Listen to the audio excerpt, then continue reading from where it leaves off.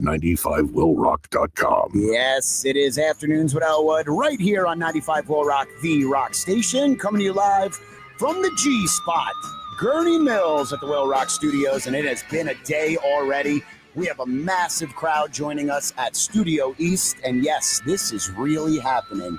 I would like to proudly introduce to you, it is an honor to have live in studio with me today, the one and only Wolfgang. Mammoth, his band is here. Welcome to the Will Rock Studios. Hi. Man. Hello. Well, first off, thank you so much for being here today. This is unreal. Thank you for having me and us. Loving the whole band. We have a full production, going to strip it down and do it acoustic live from the Studio East, and just super excited about today. Obviously, you're in town. We got the big Summer of 99 and Beyond Festival taking over Alpine Valley, and you're going to be rocking that as well. And let's start it right off with a huge congratulations. The End, your latest track, sitting at number 3 on the rock charts, on its way to number 1, man. That's crazy, man.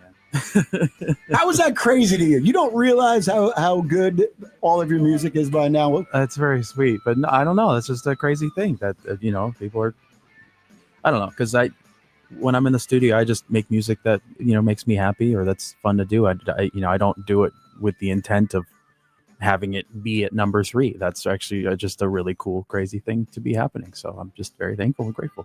And we did just get the big news. You recently announced your new album titled The End. Yeah. Officially coming out on October 24th. Mm-hmm. And you can actually pre-order that now at mammoth.band. You want to get that going and make sure you're landing your spot. And you dropped The Spell. Mm-hmm.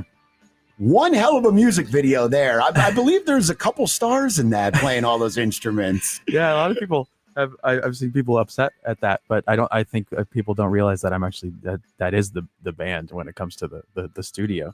And also, initially, since The Spell isn't like a main single, it was supposed to just be a lyric video, and I thought that was lame. So I was like, just film me playing it a couple times in the studio. That'd be a little cooler. That's what I was wondering. How many takes did it actually take to do the video? You said it was only 1 or 2. Yeah, it was like 2. I think I just played through it twice. I think Gordy, who has done every other video, and he DP'd on the End video as well. He just came up to the studio and he just filmed me playing each position, and he lined it up so a couple shots where you'd be able to see all of me in one shot, and there you go. It came out awesome. A lot of people were talking about it. They're like, it's so cool. It's got him on everything. Well, I'm surprised because looking at the metrics, it's done better than the End video, by a couple 100,000 views, which is just, I think maybe it's just because The End did so well for us. I think we just passed 200,000 on YouTube, which is crazy. And that's probably, I think there's just more eyes looking at it now, I guess. Yeah, just bigger and bigger and bigger. And speaking of that, speaking of big, how was it like playing that Metallica M72 big ass stage? It was ridiculous, man. Because I was at that show. I'm like, it was big for Metallica with only the 4 guys up there. Yeah, it's a very insane thing to be a part of. I think I think maybe by the last 2 or 3 shows, we were finally comfortable. So for the whole both years that we played on that tour, it was very uncomfortable trying to figure it out, especially as a singer who's just kind of stuck to a mic and playing an instrument. I couldn't move around. So luckily the other guys were able to move around. But then we figured out if I put a mic on the other side of the stage, I could run over there and sing 2 other songs over there and then come back. So that figured that out. But that turns into a lot of running during. Yeah. But it's your job. I mean, you've already given us massive songs: Don't Back Down, Distance, Epiphany, and now finally with another new record coming out. I do also want to talk about Mammoth. So finally, recently, you announced you were dropping the WVH. Yeah. Was this something? I read it was something you always wanted to do, but you couldn't do it from the beginning. It was more of just a kind of a copyright thing. Really? I wanted it to be a direct. That's what I asked my dad. I was like, "Hey, is that cool if I call the thing Mammoth?" And he's like, "Dude, awesome, yeah." And but our legal representation was like, hey, maybe don't do that.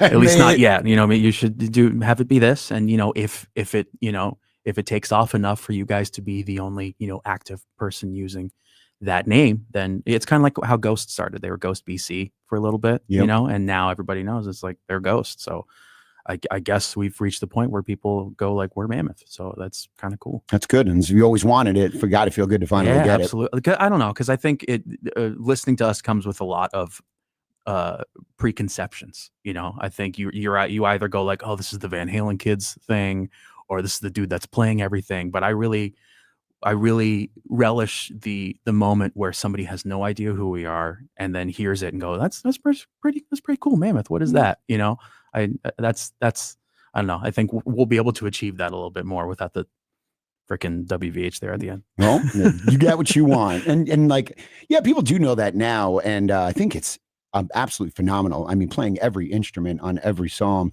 and then I know shredding on the guitar. I love the bass in the end a little bit. I played bass. I tried to play bass. I was in a band for a while, but when I heard that little, I was like, "Ooh, that was a nice little drop there." Yeah. So, like, obviously, guitar is your main instrument, but do you? Is that your favorite to play? No, I started on drums. Oh, I've been playing did you? drums the longest. I started playing drums when I was 9. I picked up the guitar when I was 12, and then the bass a little while later. So I drums is my most favorite thing to do. That's my favorite thing, like recording and everything. That's why I'm not ready to give it up, like recording process yet. It's just too fun.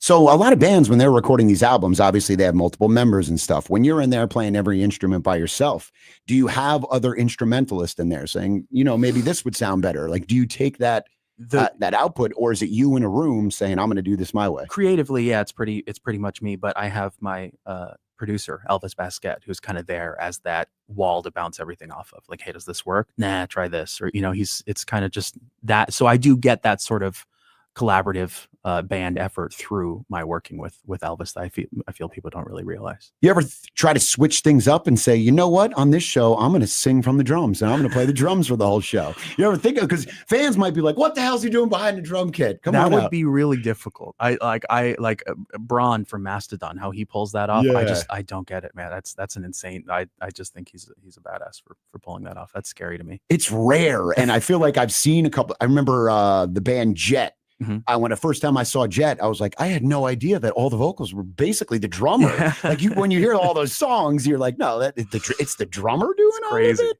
That's Phil Collins, baby, at his best. Oh yeah.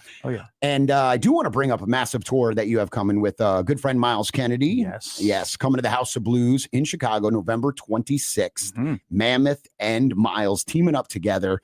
And we had Miles here playing Studio East as well. Yeah. And it was funny as hell. We had him in here doing the same interview, and he kept turning around, and he was like, God, there's a lot of people out there. And I was like, are you nervous? And he's like, kind of. I was like, why are you just— We're always nervous. We're always nervous. He's like, sometimes the smaller stuff freaks me out, and it's just me and a guitar, because he just went up there alone and did his own thing. Yeah, no, I get that. Why you'd be nervous. I get that. But Miles, such a great guy, and what a great tour having you guys together. He's the best, and I'm so excited, man. I can't wait. Yes, tickets are on sale for that show now. You can find them on our direct concert calendar, as always, 95willrock.com. Just click the Go tab, and you will have it all there. Once again, Summer of 99 and Beyond Festival hitting Alpine Valley. You can get your last-minute tickets to that. Pre-order the new record, title track, The End, going to be out on October 24th. And if you haven't checked out The Spell yet, hit him up on all of his socials. You can check out Mammoth Band. Music videos up there. It is definitely worth watching. And it's a little bit of a mind, seeing him on every instrument. But I do want to bring this up before we head out to Studio East Stage for a live performance. I'm a metalhead. That is my bread and butter. Oh yeah. And I know you really enjoy listening to metal as well, that people might be shocked, but I know Gojira, Carnivore, like those are some of your favorites. Meshuggah is probably one of my So favorites. You're straight deathcore. Sure, yeah. You ever think about doing a side project? That would be fun. I know whenever John, he's the bearded guitarist of our band, our live band, every now and then he'll have his laptop out and we'll just like randomly record just a random super heavy thing for fun. So yeah, maybe at some point, sure. I think you got to do it under it seems now in the rock world. Probably got to wear a mask or something. That's what I'm saying. Yeah, put a mask on. No, who is it? I still think the funniest meme was from that Rock Feed guy, and he was like, I don't know when it was. He was like, well, the answer is out there. It's actually Limp Bizkit behind the Sleep Token mask. And it was just a picture of Fred Durst and like the whole thing. Yeah. It's like, and then this President band comes out. I was like, oh, I see where we're going now. Yeah. Wear a mask. That's the thing. Sing pop and throw a death metal breakdown in, and you got a hit. Exactly. All the kids are going to love it. Exactly. But yeah, I think it would be cool. Do you think you can sing deathcore? No, that's something I'd want to work on. I'd want to figure out how to scream without like destroying my voice. That's a crazy thing. Like, I know you scream from the diaphragm and I do all that, but I'm like, Yeah. every night? No, I every don't, night? because I know that's the tough thing. Is it's one thing if you're just screaming or if you're just singing, but doing both, I think, is where the difficulty comes in. Yeah, and I've noticed some of the metalcore bands have changed their ways since the beginning. We had Mhm. Summer Aloud here last week with Killswitch Engage, Parkway Drive, Beartooth, I Prevail, and talking to those guys before, they were like, yeah, the party before the shows stopped very quickly. Now it is a job. Now it's no talking, Yeah. tea. Like we gotta be prepared for what we're doing. Yeah. Because that's like, you got to do that every night. That is absolutely wild. Jesse is amazing in Killswitch. I love those guys. Yeah, such a great dude. We had a good time on Sunday night. All right, we are going to be out live at the Studio East stage in a matter of minutes, all going live on the 95 Will Rock YouTube page. You can check it out live on Twitter and also on our Facebook page and also live on the radio. This is what we like to do at 95 Will Rock. Yeah. And Wolfgang, thank you so much. This is an absolute honor to have you here today. And the crowd is ready for you. And I cannot thank you enough for being here. Thank you for having us. Man. Don't forget to pre-order the album. Once again, out October 24th, The End. Also get your tickets November 26th, House of Blues, historic venue in downtown Chicago, Mammoth and Miles Kennedy. Check out livenation.com. And everybody have fun out there at Alpine Valley at the Summer of 99 and Beyond Festival with a stacked lineup from Creed to Nickelback to Seven Dust, even a day to remember on that bill as well. So just a nice little throwback. You can get all the links, like I said, at 95willrock.com. Coming up in just a few minutes, live from Studio East, a performance from Mammoth. Thank you so much, brother. Thank you. Fueling the drive.